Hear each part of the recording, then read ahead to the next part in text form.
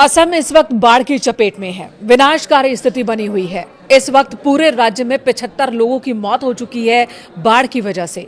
राज्य के कई जिलों में लगभग 4 लाख लोग बाढ़ से सीधे तौर पर प्रभावित हैं। असम सरकार और राष्ट्रीय आपदा प्रबंधन प्राधिकरण यानी कि ASDMA के मुताबिक ये आपदा पिछले 60 सालों की सबसे भीषण बाढ़ में से एक है। विशेष रूप से उन जिलों को भी इस बार बाढ़ ने अपनी चपेट में ले लिया है जहां पहले इस तरह की स्थिति नहीं देखने को मिली। राज्य के ऊपरी और मध्य क्षेत्रों की बात करें तो भारी मॉनसूनी बारिश लगातार जारी है। पड़ोसी राज्य नागालैंड के पहाड़ी क्षेत्रों से आने वाले पानी के कारण ब्रह्मपुत्र और उसकी सहायक नदियां उफान पर है। इस वक्त 7 प्रमुख जिले विभीषिका से जूझ रहे हैं। सबसे ज्यादा कहां परेशानी है आपको बताते हैं और सरकार और प्रशासन की ओर से क्या कदम उठाए गए ये भी आपको बताते हैं और आने वाले दिनों में आखिर असम को इस बाढ़ से राहत कब मिलेगी, क्या अनुमान है, ये भी जानेंगे। शिवसागर जिले में सबसे ज्यादा संकट है। यहां लगभग 3 लाख लोग प्रभावित हुए हैं। वहीं चराईदेव की बात करें और जोरहाट की बात करें तो ये जिले भी बाढ़ की चपेट में है। चराईदेव में लगभग 2 लाख और जोरहाट में लगभग 1 लाख लोग जो है वो पानी से घिरे हुए हैं। गोलाघाट में धनसिरी नदी के खतरे के निशान से ऊपर बहने की वजह से बाढ़ आ गई है। वहीं नागांव और कामरूप भी आंशिक रूप से प्रभावित है। असम के बाढ़ प्रभावित क्षेत्रों से आ रही ग्राउंड जीरो की तस्वीरें और वीडियोस बहुत ज्यादा डराने वाली और दिल को झकझोर देने वाले हैं। जलमग्न गांव और डूबे हुए घर तस्वीरों में आप देख सकते हैं कि पूरे के पूरे गांव, जैसे शिवसागर के नेपाली खुट्टी की बात करें, पूरा गांव ही तालाब में तब्दील हो चुका है। घरों की छतों तक पानी पहुंच गया है। लोग अपनी जान बचाने के लिए घरेलू सामान लेकर छतों पर या ऊंचे पेड़ों पर शरण लिए हुए हैं। एक मां और बेटे को अपनी जान बचाने के लिए 12 घंटे तक आम के पेड़ पर रहना पड़ा। नाजिरा और शिवसागर के कस्बों में आई तस्वीरों में पानी उतरने के बाद सड़कों पर और घरों के बाहर गाड़ियां और ट्रक गहरे कीचड़ में धंसे हुए दिख रहे हैं। इससे आप अंदाजा लगा सकते हैं कि यहाँ जब पानी आया, बाढ़ आई थी तो अपने साथ कितना मलबा लेकर आई थी।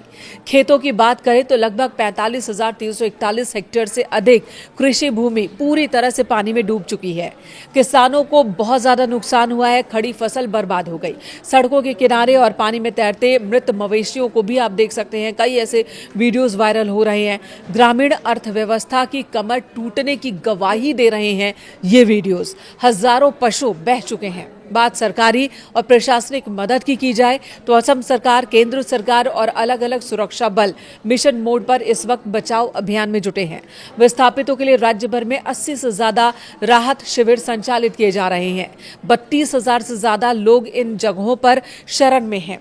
इसके अलावा जरूरी खाद्य सामग्री, साफ पानी और दवाइयां बांटी जा रही है। राहत वितरण केंद्र बनाए गए हैं जहां पर 24 घंटे काम जारी है। वहीं भारतीय वायुसेना, NDRF, SDRF और स्थानीय नागरिक सुरक्षा कर्मी मोटर बोट के जरिए फंसे हुए लोगों को बाहर निकालने के काम में जुटे हैं। जिन सुदूर इलाकों का सड़क संपर्क टूट गया है वहां वायुसेना के हेलीकॉप्टर्स की मदद से फूड पैकेट्स और दवाओं का वितरण हो रहा है, क्योंकि जब बाढ़ आती है तो समस्या खाने पीने की ही नहीं होती बल्कि संक्रमण का डर भी बढ़ जाता है।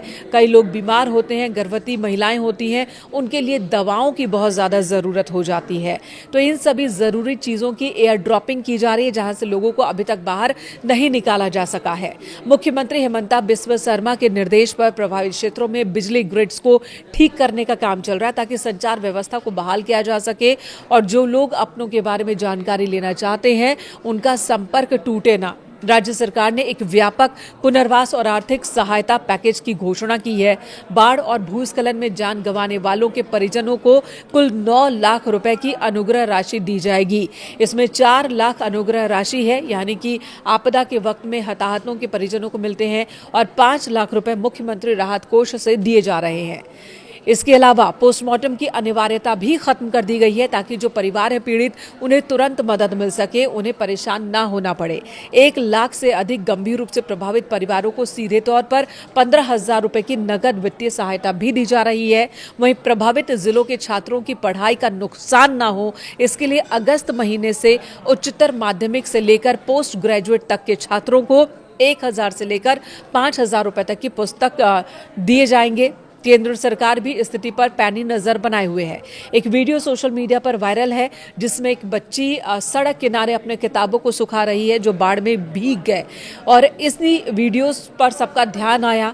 इधर सरकार ने भी कहा है कि जिन भी बच्चों की किताबें बाढ़ की वजह से बह गई हैं या फट गई हैं, गल गई हैं, नुकसान हुआ है, तो सरकार की ओर से उन्हें मुफ्त में किताबें उपलब्ध करवाई जाएंगी। प्रधानमंत्री नरेंद्र मोदी ने राज्य के सांसदों और मुख्यमंत्री से मिलकर असम को हर संभव केंद्रीय मदद और वित्तीय सहयोग देने का भरोसा दिया। हालांकि कुछ इलाकों में पानी धीरे धीरे अब कम होने लगा है, लेकिन महामारी फैलने का खतरा और विस्थापितों के पुनर्वास की प्रशासन के सामने एक बड़ी चुनौती है, जिसकी व्यवस्था करनी होगी प्रशासन को और आने वाले दिनों में त्वरित गति से इस पर काम करने की जरूरत है।